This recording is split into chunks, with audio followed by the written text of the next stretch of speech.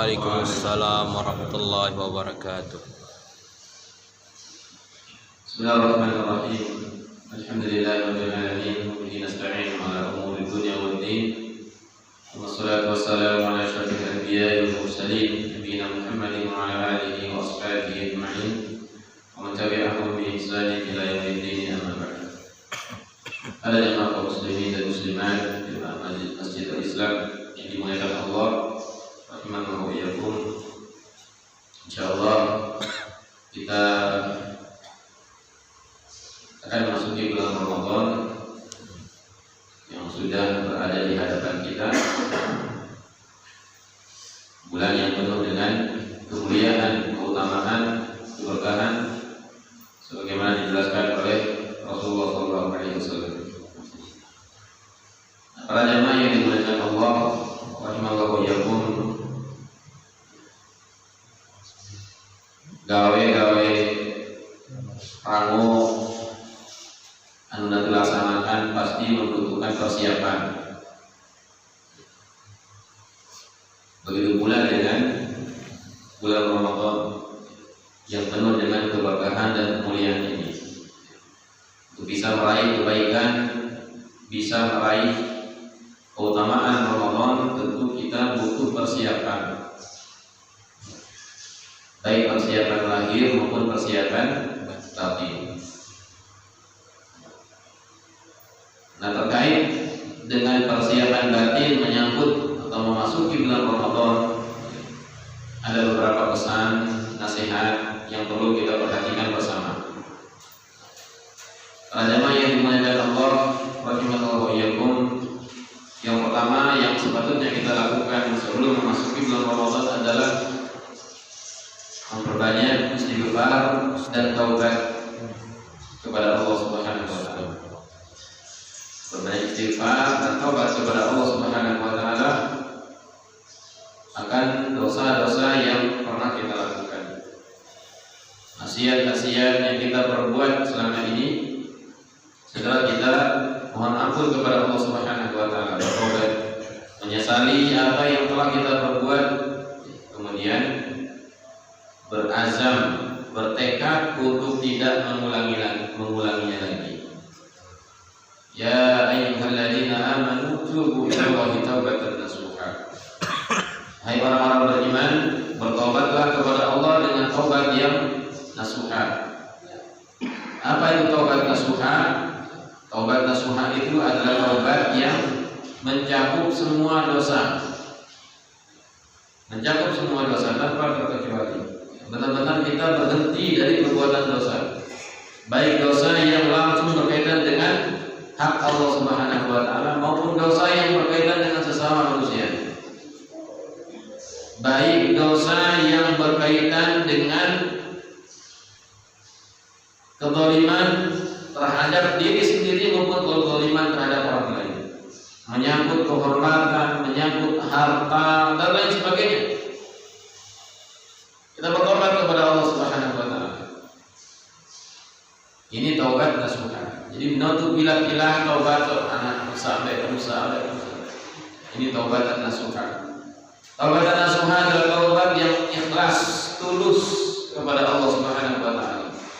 Tidak mengharapkan yang lain, semata-mata mengharapkan keridhaan Allah Subhanahu wa taala. Dan taubatan nasuha adalah taubat yang membuat orang bertobat itu tidak ingin lagi untuk kembali ke dalam perbuatan dosa yang sama di masa mendatang. Walaupun mungkin suatu saat dia terjerumus lagi dalam perbuatan yang sama, tapi dalam hati ini tidak ada lagi keinginan untuk melakukannya. Ini namanya taubatan nasuha. Nah, orang yang taubat dengan taubatan nasuha, kata Allah Subhanahu wa taala, asa rabbukum ayyukaffiru ankum sayyi'at wa yudkhilakum jannat. Maka pasti Allah akan menghapus dari kalian dosa-dosa, kesalahan-kesalahan kalian dan memasukkan kalian ke dalam surga. Nah, kalau kita lihat para jemaah yang dengan Allah menyebut di sini yukaffir ankum, menghapus dari kalian. Kalau menghapus dosa tidak sekedar dimaafkan, tidak sekedar diampuni, tapi menghilangkan, tidak lagi diperhitungkan, tidak lagi dipermasalahkan. Maka orang yang bertobat dengan sebenar-benarnya para jemaah yang dimuliakan Allah, maka hilanglah noda-noda hitam dalam hatinya itu karena dosa-dosa yang pernah dia perbuat. Dibersihkan oleh Allah Subhanahu wa taala, dihapus oleh Allah Subhanahu wa taala. Nah, orang yang sudah bertobat seperti ini, maka hatinya itu akan ringan, jiwanya itu akan tenang. Nah, sehingga nanti ketika memasuki bulan Ramadan, memasuki bulan yang penuh kemuliaan dan keutamaan, dia akan melaksanakan berbagai kebaikan dan ketaatan ibadah pada bulan Ramadan dengan sebaik-baiknya, dengan peranan. Dalam kondisi seseorang sudah bertobat kepada Allah Subhanahu wa taala, maka ringanlah jiwanya, ringanlah hatinya sehingga bisa melaksanakan ibadah dengan sebaik-baiknya sebagaimana yang diperintahkan oleh Allah dan Rasul-Nya. Tapi lamun masih tuba dosa penuh renat ibadah, mungkin baru melakukan ibadah tapi khusyuknya kurang, ibadahnya tergesa-gesa dan sebagainya. Ibarat nanti digawe tapi perana itu masih kotor, lambung itu kotor, perana itu kotor, maka tentu tidak bisa kita fokus dan optimal dalam melakukan pekerjaan. Maka sepatutnya Bapak Ibu para jemaah yang dimuliakan Allah, kita bertobat kepada Allah Subhanahu wa taala sebelum memasuki bulan Ramadan. Walaupun taubat itu setiap saat, setiap hari, tapi lebih utama lagi untuk kita membersihkan diri dari dosa-dosa ini sebelum kita memasuki bulan Ramadan sehingga kita bisa melakukan ibadah dengan sebaik-baiknya. Kemudian para jemaah yang dimuliakan Allah, sebagai persiapan kita masuk bulan Ramadan, kita memperbanyak doa kepada Allah Subhanahu wa taala. Semakin kita berharap kepada Allah Subhanahu wa taala, semakin kita bertebal pengharapan kita kepada Allah, rogoban kepada Allah Subhanahu wa taala, agar Allah Subhanahu wa taala memberikan kekuatan kepada kita, memberikan pertolongan kepada kita sehingga bisa melaksanakan ibadah-ibadah dengan sebaik-baiknya. Allah Subhanahu wa taala berikan kita kesehatan, Allah berikan kepada kita umur yang panjang sehingga bisa masuk di bulan Ramadan dan juga beribadah pada bulan Ramadan dengan sebaik-baiknya. Tanpa pertolongan dari Allah, maka sulit bagi kita untuk bisa melaksanakan ibadah dengan sempurna. Nabi SAW saja setiap subuh di setiap hari beliau menganjurkan kepada kita untuk berdoa kepada Allah dengan mengatakan, Ya Hayyu Ya Qayyum bi rahmatika astaghith aslih li sya'ni wa la takilni ila nafsi tarfat 'ain.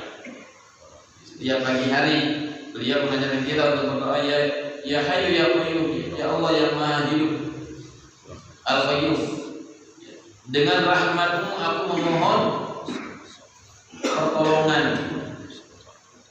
Dengan rahmat-Mu aku memohon pertolongan, maka perbaikilah kondisiku. Perbaiki kondisi agama, kondisi dunia, juga kondisi akhirat. Dan janganlah engkau serahkan diriku kepada diriku sendiri, walaupun hanya sekejap mata.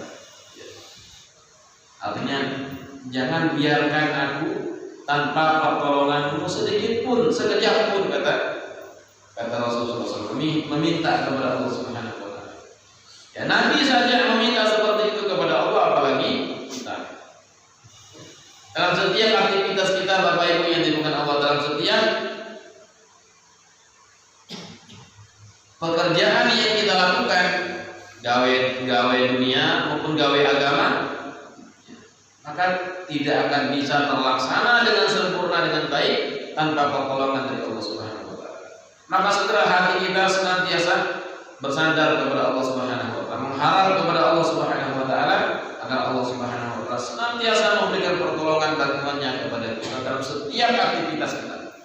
Jangan sampai lepas hati kita dengan Allah Subhanahu wa taala. Jangan sampai berpaling hati kita dari Allah Subhanahu wa taala. Dan juga beliau setiap salat menganjurkan kepada kita. Ya, kita sudah tasyahud akhir, tahiyat akhir sebelum tu salam. Beliau ajarkan kepada kita untuk berdoa, Allahumma a'inni ala dzikrika wa syukrika wa husni ibadatika. Ya Allah, tolonglah aku, bantulah aku untuk berzikir kepadamu, bersyukur kepadamu dan beribadah kepadamu dengan baik. Jadi kita berdoa kepada Allah Subhanahu wa taala, memohon kepada Allah agar Allah memberikan pertolongan kepada kita, membantu kita dalam melakukan ibadah kepadanya, termasuk ibadah-ibadah di bulan Ramadan.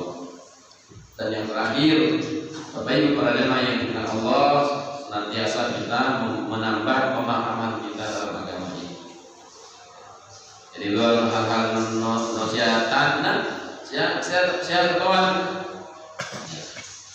Misal kamu sudah tuh sholat tarawih nang masjid jaga witir, bau ke sholat tahajud nang bari.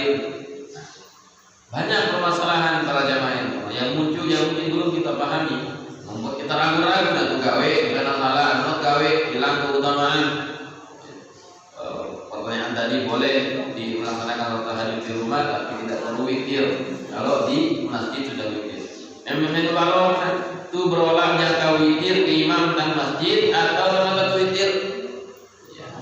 Nangka dapat balik satu witir, kasih sholat tahajud. Maka yang paling baik adalah witir bersama imam. Witir bersama imam kenapa? Karena kalau orang sholat tarawih di bulan Ramadan bersama imam sampai imamnya selesai sholat, artinya sampai witir, maka ditulis untuknya sholat satu malam penuh. Ditulis untuknya pahala sholat satu malam penuh.